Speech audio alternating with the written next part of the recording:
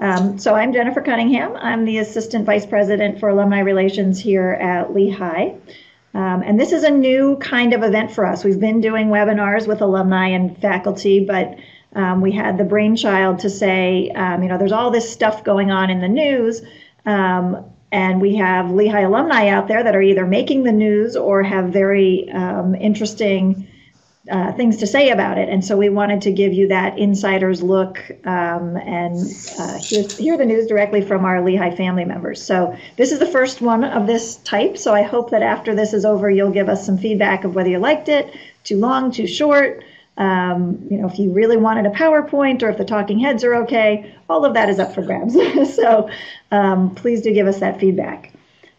So today we have, the talk is about airline customer service, and it was prompted by some social media activity a couple weeks ago with an airline that we won't say on the air here, but I'm sure you all saw it.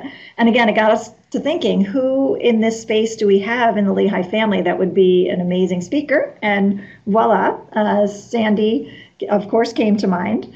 So I'm going to let Sandy just tell us a little bit about herself and about Alaska Airlines. And then I do have some questions for her. So Sandy. Thanks, Jennifer. So I'll say good afternoon. It's lunchtime here in Seattle. I'm Sandy Stelling, and I'm the Managing Director of what we call Process Engineering at Alaska. What that really means is currently I'm responsible for delivering some significant programs related to our recent acquisition and merger with Virgin America. And I just want to give a little bit about Alaska Airlines. Based here in Seattle, Washington, we have about 19,000 employees, about 280 aircraft, and operate about 1,200 flights a day. But for context, in the United States, that makes up only about 7% of the capacity that exists. So while we're the 5th largest airline with our acquisition of Virgin America, we're still pretty tiny compared to some of the big four, as we refer to them. But kind of carving our way in the Northwest and trying to be more on a national stage. So happy to be here. Nice, thank you. So the hot topic really is airline customer service. So let's get right to the questions. The first one, why do you think Alaska Airlines has been ranked #1 in customer satisfaction for the last 10 years by J.D. Power? Yes, so thank you. We're very proud of that recognition. I think a lot of it comes down to the fact that it is a priority of focus, and it shows up everywhere from our mission, our values, and the work that we do every day. So our stated mission as an airline is to be creating an airline that people love, and that really speaks more to the heart than maybe to a bottom line. But we know how that's all related, and it kind of self-fulfills on that front. It comes across in a lot of ways through, I would say, the values. What we talk about is to really be kind-hearted and do the right thing. And I think what we've seen on social media, and sometimes it happens at any airline or any business that works with customers or guests, is things can go wrong. And then I think the key there is how you handle things when they go wrong. And we really focus on empowering our employees and ensuring that we're approaching our guests and our situations with empathy. And I can talk for hours about this, but we can explore this a little further as we go through the next 20, 30 minutes or so. Yeah. So I'm going to jump to another question because you mentioned things go wrong. So we just had reunion here at Lehigh, and it poured rain on Saturday on the parade. So we had to switch and move things around. So that just made me think about that. We do put a high priority on service here too. Can you share Alaska's secret in terms of hiring and training and motivating the frontline staff? That I could take away and talk to my frontline staff members about how we work with volunteers and event attendees. What's the secret? Yeah, I think for us, it's really, and I'm going to say, so I studied engineering at Lehigh, so I look at everything as a system. Mm-hmm. So if I kind of nerd out on that, just forgive me. But even it's okay, you're among other nerds, so we're all good here. But, at Alaska Airlines, one of the things I think that's been really important and helped us be successful is we kind of approach the entire operation, business model, reason we get out of bed every day work as a system about taking care of guests. Mm-hmm. So everything from hiring, we're looking for people who generally have a servant leadership behavior default mindset. We're looking for people who genuinely care about others. we can train them to do any task, but we have to know at the end of the day that they're going to share the values that we carry as a company, and then they'll exercise the judgment that's going to do the right thing, take care of guests. I think for training, it's built into all of our training. Airlines and other industries spend a lot of money on products, amenities, services, features, things to get customers excited. But what's also important for us and parallel tracked along the way was ensuring that we invest in our employees. So we have, even recently, as 2 years ago, put all of our employees through a day-and-a-half workshop, which we call Beyond Service. And it's really celebrating how naturally fantastic they are, but even giving them the encouragement and the support to go a little further and feel confident to do it. And then we give them the tools to help them do it. So in addition to saying, okay, we have a service framework that helps us all stay aligned to our values, everybody exercises good judgment, the answers are never the same circumstances. But we also give them the tools in what we call an empowerment toolkit. So when things go wrong, even myself as a leader in the company, if I meet a customer who wants to tell me about a bad experience, I can turn around and with a gesture give them frequent flyer miles or some other gesture discount for a future travel, just as a way to say that, like, I understand your concern and I apologize, and we hope you give us another shot. Great. So it's a good time to tell us the story that's been circulating on social media about the gentleman who got the 1 mile, and then tell us that story. So I was telling Jennifer a story before we started that just recently on social media, I think it's had quite a few, hundreds of thousands of shares, which is exciting again for a company our size, that a customer reached out to us and said, I haven't been able to travel due to family circumstances. My mileage plan account, which is our frequent flyer program, is about to go inactive, in which case he would, some of you may have experienced this, lose all your miles or your points for 2 years of inactivity. And he says, is there anything you can do? And he really threw it as like a last hope. He didn't expect much, but the employee who took care of him said, okay, easy, I give you a mile that activates your account, you're good for 2 years. But she took a little bit more time and realized if she gave him 811 miles, he would have the 60,000 mile threshold to go on a trip to Hawaii. And so he was totally moved, social media blew it away. And what I was telling Jennifer, which is so exciting, is part of, I think, what helps us continue to perpetuate this goodwill with customers is we're getting better at telling the stories internally as well, because good begets good. And so good news begets good news and more good stuff. And so that's been a recent effort. A lot of it stemming from the merger with Virgin America, because we're very sensitive how our two cultures are going to come together. So it's really been at the forefront for us for the last year, but it just kind of, I guess, tales on who we've been for we're 85 years old this year, so it's not new, but it's definitely how do you amplify it and how do you take it further as we grow. Yeah. So did the woman that gave him those 811 miles, did she have to call a meeting with her boss and get a committee together to decide? How did that work? That's the fun part. As they shared the story internally, she was great. She goes, I didn't have to ask anybody. I knew I could just do it, and I knew I was going to be supported that I did this. Yeah. And now she's getting applause from 19,000 employees in a public worldwide. So it's pretty cool. Nice. Yeah, I think that's where a lot of companies fall down, is that to do something good, you have to write a report and jump through hoops to do the right thing. I think it's fair to say, we did go through a phase at Alaska where it felt like that was becoming more of the norm, or we were at risk. We went, just like all the other airlines, we went through some very tough times financially in the mid 2000s. And when you start to cut costs or tighten belts or figure things out, everything starts to feel more restrictive. Yeah. And people feel like there's less, and I have to do more and more with less. And I think that was where it was a big credit to the leaders of the organization who said, we have to make sure we don't go too far the other way. We're going to lose the secret sauce that helps us. And that's why this investment in people over the last few years has been really important, to let them know that while all of that was critical so that the business model worked, the employees are really, it's a people business, and it's the employees that are going to make it work at the end of the day. Yeah. Well, I remember the first time that I flew Alaska Airlines. I was going from Portland to Seattle, and I believe it was in the morning, but you served me a free beer, and I was hooked. I went and told everybody, oh, you got to fly this Alaska Airlines, and I'm from the East Coast, so I was not familiar So what other kinds of things does Alaska do differently from the other airlines that makes you stand out? And like, as you were saying, do you lose money by doing those kind of things, or how do you see that? Yeah, it's a good question.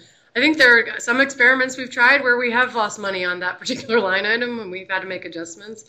For those of you listening or watching, we still do free beer and wine on our regional flights, and they don't start till 9 a.m. Okay. To some people's disappointment, but we still serve 9 a.m. But for our regional flights, and I think it's, a lot of what we do stems from building our loyal customer base and really having strong, deepened relationships with our customers. For a pretty small, we have over 4 million members of our frequent flyer program, and the amount of, commitment we have to one another in that, being Alaska and customers in that relationship, I think is what really financially allows it to all pay off. So we have what's perceived to be and written about to be one of the most generous frequent flyer programs. We have an extensive partner network that gives you access to over 800 destinations around the world through us and our partners. And we really are always thinking about what does it mean for the guest and putting ourselves in the guest's shoes so that when we make decisions, and sometimes there have been tough ones along the way, we're prepared, not just as leaders to own that decision, but as the employees who have to sometimes implement that decision. We're prepared to help customers understand or work through it, even if some they don't like. I think one of the hardest ones was we have a very generous credit card, and I'm not here to sell you guys on any of this stuff, but our credit card is unique that with our credit card, you actually get a free companion fare every year. So buy one, take one free, plus taxes, that kind of thing. But we had to, due to cost, take away the ability for you to use that in first class. And so that was a big takeaway. And we're there, what we do is we invest the time. We invest the time talking to our customers. Personally, every managing director and officer at Alaska Airlines calls a minimum of 2 customers a month, checking in, having conversations, getting feedback, working issues. Just random customers? Our frequent flyer team helps identify the folks that we want to reach out to, and they may have targeted either locations, like regions that they want to make sure that we're reaching out and engaging. But I've talked to customers in Kodiak, Alaska. I talked to a gentleman who I think his residence is California, but he was driving on the freeway in Florida at the time, and we had a great chat. And but I think that's part of where we have the opportunity, and we're making sure we live up to what we can offer, which is access and a deepened relationship. Yeah, neat. What is the toughest customer service challenge that you faced in your career, and how did you solve it? Yeah, well, if any of you have ever been to Seattle, one thing Seattle is terrible at is snow. So if it snows here, the whole city shuts down. And so you can imagine what that does at an airport, where 25% of our flights come and go through the city, through SeaTac or Seattle's airport. So I've experienced both snowmageddon and snowpocalypse. And what happens, again, given our size, is whatever role we're in, if we have the ability to help, we all go to the airport. And then we're all working with customers, interacting with them. Sometimes it may just be bringing them water and telling them jokes while they stand in a line. A lot of times we were getting more creative to find other ways to get them out of line and serve them other ways. I think the most creative, the way we've handled it, though, is just, it's genuine humanity and empathy and recognition, and we're going to problem solve this together. Because I think when times get tough, it's really easy for walls to go up. And so I'm the airline and you are the guest, and this problem is created by whatever, and now we're going to be at odds. And I think that that's a big difference of how our employees across the board show up to irregular operations, or where things get tough or things go wrong. So we show up in a way of let's work together to solve this problem, and let me see what I can do to help you. And recognize that, I'm really, take ownership. I'm really sorry that this has happened. I think we had a CFO who recently retired, and he said it very well. He goes, it may not be my fault, but it is my problem. I like that. Yeah, and we found that too with alumni when we screw up at an event or with a volunteer, even just listening, is 95% of it. They just want someone to hear their feedback, and, I can't fix everything. I can't go back in time and make that chicken taste better, but I can give you a free chicken for the next time or something. But I think it comes to the humanity and gesture. You know, what can you do to have people feel that you genuinely care? right, Because even in some cases, like we'll go to the airport or whatever the crisis is, and like the leadership may chip in and help. Sometimes what we're doing is super behind the scenes of making sure our employees have food because they're going to be working overtime, and they have food and water, and they have a few minutes that they can what we call step off camera, take a break, and then go back and work with our guests. And you know, when things go wrong with airlines, it's usually all over the news, especially yeah, when they have a big especially now. meltdown like that.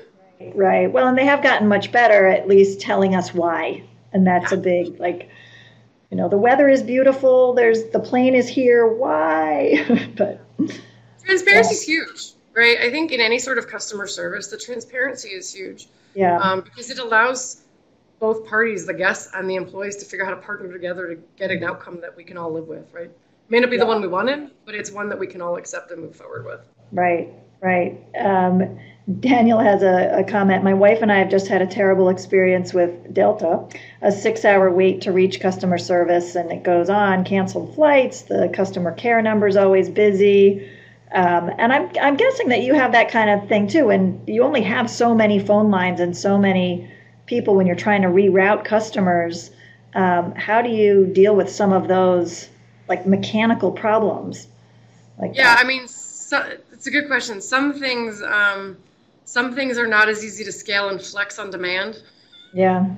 right? And so it's finding ways in our like in our call centers, for example, is how can we build in some abilities to flex. Our Mary, my counterpart for our call centers, is actually it's one of the things she's looking at now because you need more elasticity in your Mm, staffing. And so how do you do that?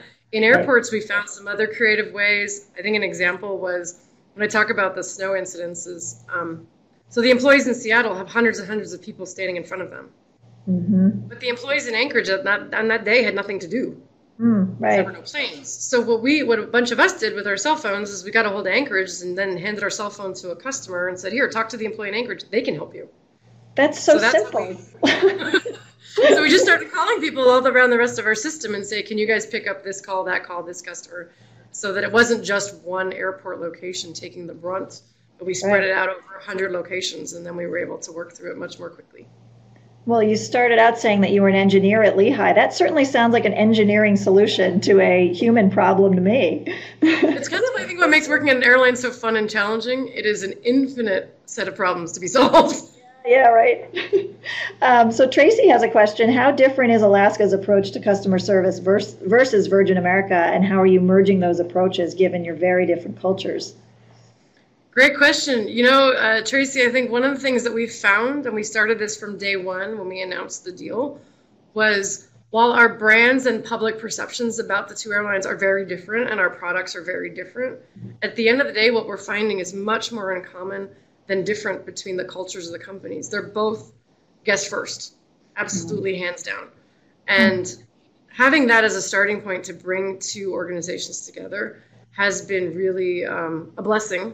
I think that I don't know that we knew, but it also gives us such a strong foundation in which to build what we're calling the new Alaska with. Oh, nice. Um, Johanna says regional flights are so less stressful because you check your bag on the jetway and get it quickly. Why don't the larger planes offer that? It would be a little more work, but it would alleviate the stress of getting the bag on the flight. I love that suggestion. We've tested it. A couple years ago, I was working in the airports organization, and we did go test a lot of those things. Some of it goes back to, how do you decide where you're going to differentiate or what products and services you're going to offer. For a large aircraft, 180 seats, the amount of staff that you need and resources to move bags on that scale becomes a little problematic. Is one piece of it. The other thing that we found is imagine a jetway with 100 bags in it lined up for people to pick up as they got off the plane. Yeah, So there are some challenges with that have not made it super feasible for us to pursue something like that because we would love to make it easier for guests to get on and off the plane. It's yeah, a pretty significant point of stress in your travel to know, am I going to get on the plane with my bag and will my bag be near me? right. And then if you check it, we spent the last year really doubling down on our baggage performance because we were not where we wanted to be. And the results of our efforts has, I think, over 300% improvement over our baggage performance. And to also help alleviate the stress of that, we encourage guests, when they check their bag, we make a commitment to them that it will be at the carousel in 20 minutes after you arrive. That's good. If not, we put our money where our mouth is, and we offer compensation for future travel. Nice. We bet on ourselves. Neil's question is, what's your view on overbooking? I'm sure you've heard this from your friends and relatives over the last 2 weeks, right? Overbooking's fun. That's a good topic. We have had successes and failures with overbooking. I think not as drastic or dramatic as some that we've seen on the news recently. And our executive vice president of relations was actually in DC speaking to Congress about this exactly following the incidents with one of the other airlines. I think it's fair to say that we will overbook flights from a revenue integrity, revenue protection perspective. We analyze it every week between the commercial organization and the operations organization because a number of things could affect the outcomes. And we are constantly refining when, where, and how we'll do such a thing. That said, in the situations where we do have an overbooked flight and there's more passengers than seats, bottom line, we have doubled down on that empowerment that I talked about in the beginning and ensured that employees have tools at their disposal to help encourage guests who want to travel later to be able to take care of them in the right way. Yeah. So Richard's question, and I'm going to give a plug for a partnership with Lehigh here. Other airlines offer a miles donation to charity, such as the Lehigh Annual Fund, which would restart the expiration date. Does Alaska do that? We have Miles for Charity programs. I don't have enough expertise to speak to what charities are in that mix. We could probably talk about that offline. But we do offer Miles for Charity. I know one charity that we are very involved in is the Make-A-Wish Foundation, where millions of miles are donated to Make-A-Wish Foundation. And we actually have some aircraft that are painted in specific Disney livery to honor the relationship with Disneyland and the work that we do to help make wishes come true for kids who want to go to Disneyland. Oh, nice. So is there anything we as the passengers can do to make sure that we have a smooth experience? The question about baggage, you see these people, they come on with their gigantic bags and they stuff their coats and I'm sitting there thinking, like, they're the problem. Like, why didn't the flight attendant make them check their bag? But is there anything else besides packing less that we can do as customers? Yeah, I was kind of giggling when I think about that. The first thing that comes to mind, and this is completely sarcastic, but I feel like I'm among friends and family here, is I'm like, read the fine print, right? But that isn't, but I don't genuinely mean that. I think the thing is pack a little patience, right? And a little, because there are things that happen well beyond our control. What we're struggling with right now on the West Coast, candidly, is the amount of construction in San Francisco and LA. And they're creating a tremendous amount of operational difficulties and stress for guests and for employees. And so I think some of it is recognizing that employees are really there doing the best that they can. And they want to show up and be a partner to help solve a problem. And I think just showing up as a partner to help solve a problem, it'll get you the best outcome, would be the biggest thing. And then I would say pack light. I've learned how to pack light as an airline employee. Yep. I can usually buy anything I forgot wherever I'm going, if I need to. And the other thing I would encourage, I know some people about checking bags and there's fees. I think every airline has a way that you can get in a relationship with that airline and you have free bag fees. Yeah. And it takes away some of the pain if that's the pain point for you. Yeah. Neil's question, how would you compare Alaska Air versus Singapore Air service? And I assume you guys sometimes do competitive reconnaissance. You fly on other airlines? I have done some, but I have not had the luxury or benefit of being assigned the Singapore routes to go check out. So I have never been on Singapore. I will say that their reputation, probably what prompts the question or the thoughts, is that it's stellar, phenomenal. And, I think that as we think about the airlines that we partner with, that's part of the consideration is what experience are they going to give Alaska Airlines guests as they travel with our partners, because we want to make sure that we're taking care of them across the board. Right now, we don't also have any wide-body aircrafts, which, again, my prior career was an engineer at Boeing, so I'm all trying to get Alaska Airlines to buy some wide-body airplanes, but that hasn't happened yet. Our future. Yeah. So Mark Shiner, who I know travels quite a bit, says, I don't see the carry-on problems in Europe. Some might be due to bags being checked for free, but they seem to police the excessive carry-on issues a bit better. So, yeah, maybe it's also a cultural thing. I don't know. I think some of it is, I've seen the same thing in Europe where there's a lot less carry-on. Mm-hmm. And I'm not sure, I haven't dug deep enough in to fully understand why. Yeah. There is no fees. The other thing I also noticed, though, when we do stand in line to check bags for either flights to Europe or within Europe, is the bags they check are larger. The U.S. population seems to live with the 22 black wheelie bag, as fat as they can make it, and bring it on board the aircraft. I think it's also fair to say that as an industry, baggage hasn't been as reliable as it has. It's gotten better in recent years, and that would make anyone skeptical of whether they want to let their bag go. Right, right. So Alaska Airlines is not on the East Coast. Are there plans for expansion? Maybe so out of the you can fly us. So we don't fly out of Allentown, but we do fly out of Newark and Philly. Oh, you do? Oh. Most of the flights on the East Coast are going to take you to Seattle. So come visit anybody who wants to come out. But we have been growing. I have actually lost count of the number of cities that we now serve and the number of markets or routes that we operate. But on the West Coast, everywhere from Boston down to Fort Lauderdale. Okay. We also fly, we can fly nonstop Seattle and for most West Coast cities to the Hawaiian Islands. Take you from LA to Costa Rica. We fly Havana. So we've been growing quite a bit in the time that I've been at Alaska, that I've lost track of all the places we fly. Yeah, that's because I usually don't fly to Seattle now in this job, but now I think I must, just to thank you for our webinar today. Well, I think what's exciting is with the merger with Virgin America, that really opens up our transcon opportunities out of San Francisco and LA to the East Coast as well.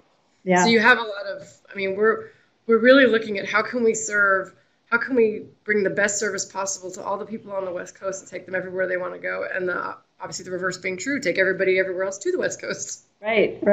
Great. Well, we have reached our 3:30 end time.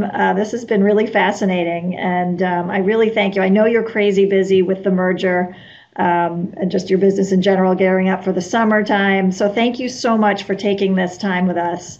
We really appreciate it. Absolutely. Thanks you guys very much. Okay. Bye. Bye, everybody.